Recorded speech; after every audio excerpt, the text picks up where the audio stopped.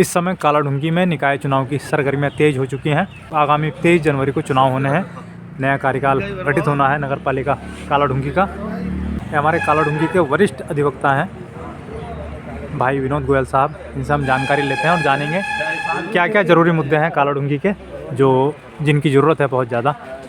गोयल साहब, क्या क्या मुद्दे कालाढूंगी के हैं जो आज तक अटके हुए हैं, जिनका होना बहुत ज़रूरी है यहाँ? कालाढूंगी तो मुद्दों का शहर है। प्रारंभिक काल से अंग्रेज़ों के ज़माने से कालाढूंगी के साथ दुहात होता आया है और वर्तमान में जो सबसे बड़ा मुद्दा है वो है यहाँ के लोगों को मालिकाना हक दिलाने का।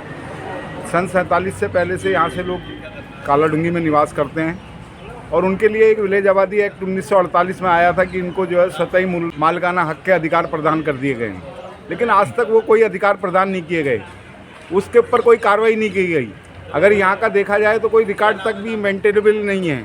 इसके लिए 35 सालों से हमारे जो पालिका अध्यक्ष चुने गए वो हमेशा अपने घोषणा पत्र में ये घोषणा तो करते रहे कि मालिकाना हक दिलाएंगे, पर कैसे मालिकाना हक दिलाया जाए इसके बारे में ना तो उनके पास कोई प्लान था, ना किसी प्लान को उन्होंने कभी किसी के सामने परिलक्षित किया और ना ही आज तक किसी को मालिकाना हक दिलाया। अब उसके बाद भी कुछ लोग हैं जो सन 47 से बाद से भी 40-50 सालों से कालाढूंगी में निवास करते हैं, परंतु उनको भी आज तक मालिकाना हक के बारे में कोई भी कार्रवाई उनके पक्ष में नहीं की गई है, जिसकी वजह से वो लोग उन्नति करने से वंचित हैं। ना तो वो रोज़गार कर पाते हैं, ना वो अपने बच्चों को शिक्षा दिला पाते हैं, ना किसी प्रकार का ऋण ले पाते हैं, ना सरकारी किन्हीं सुविधाओं को ले पाते हैं। और इसलिए सबसे बड़ा मुद्दा कालाढूंगी के लोगों को मालिकाना हक दिलाने का है, जिस पर त्वरित कार्रवाई किया जाना नितांत आवश्यक। दूसरा मुद्दा है ड्रेन का। यहाँ पर पानी जो गंदा पानी है, गंदे नालों का पानी है, वो यत्र तत्र सर्वत्र फैला रहता है। कहीं पर सड़क पर फैल रहा है, कहीं क्रॉसिंग में फैल रहा है। इसके लिए बहुत पहले एक योजना बनाई गई थी। उस योजना को मूर्त रूप लेते हुए इसको किसी तरीके से एक बड़ा नाले का निर्माण करते हुए इसको, और सीवर लाइन की भी समस्या यहाँ पर जो है बहुत बड़ी है। सीवर लाइन की व्यवस्था तभी, सफाई व्यवस्था को तभी अंजाम दिया जा सकता है जब सीवर लाइन की व्यवस्था को सही ढंग से यहाँ पर लागू किया जाए।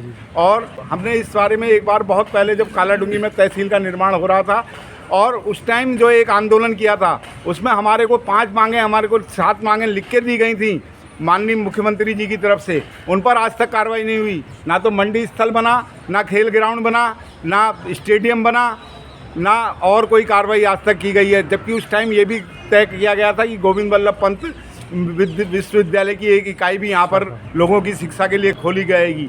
और उस टाइम जो है डिग्री कॉलेज के नाम पर भी कालाढूंगी के लोगों को ठगा गया। ये सारी शंकाओं के लिए हमारे राजकीय कन्या इंटर कॉलेज से लेकर इंटर कॉलेजों में विषयों की कमी है, जिसके विषय में प्रस्ताव पारित करके कम से कम पालिका के लोग शासन और प्रशासन से मांग करें, हमारे प्रतिनिधि मांग करें और जनता को इस बारे में जागृत करें।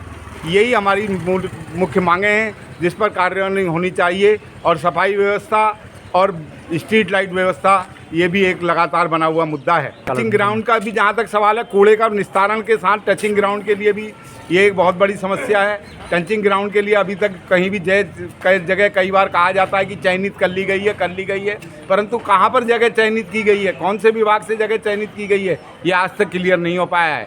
और इसके बारे में निश्चित तौर पर नए पालिका बोर्ड को त्वरित कार्रवाई करनी पड़ेगी, क्योंकि ये समस्या लोगों के स्वास्थ्य व्यवस्था को दुरुस्त करने के लिए बहुत ज़रूरी है। क्षेत्र बढ़ने के साथ साथ जो नए क्षेत्र जोड़े गए हैं उनमें जो है विकास कार्यों के लिए स्ट्रीट लाइट व्यवस्था, सफाई व्यवस्था की जिम्मेदारी भी नई पालिका पर होगी, इसमें कोई दो राय नहीं है।